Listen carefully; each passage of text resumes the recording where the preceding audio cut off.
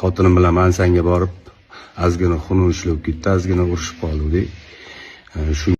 Короче, men ajrashmoqchiman. Bu harom oila bilan bekor uylanganimdan afsusdaman. Xullas o'shani mana bugun xalqqa ham aytmoqchiman xullas.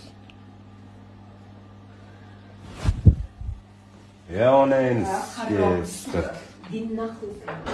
etdan tarqagan haromi, chort namanganlik, musorlar bilay. Bilmay uylanib qo'yman, men o'zim. Menga xotinim shu Namanganda tug'ilib o'sganligi uchun shu namanganlik deb xotinimni ozgina so'kib yuboribman. Etdan tarqagan haromi, chort namanganlik, musorlar bilay.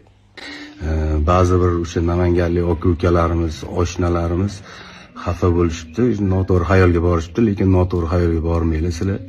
Men hech qachon birorta bir viloyatni ajratgan odam emasman, chunki biz san'atkormiz. Shu xalq ketidan tirikchilik qilamiz aslida. Shuning uchun noto'g'ri xayolga bormasliklarni so'rab qolaman aziz muxlislardan, hammanglardan. Namanganda juda ham oshna og'aylarim men juda ham ko'p.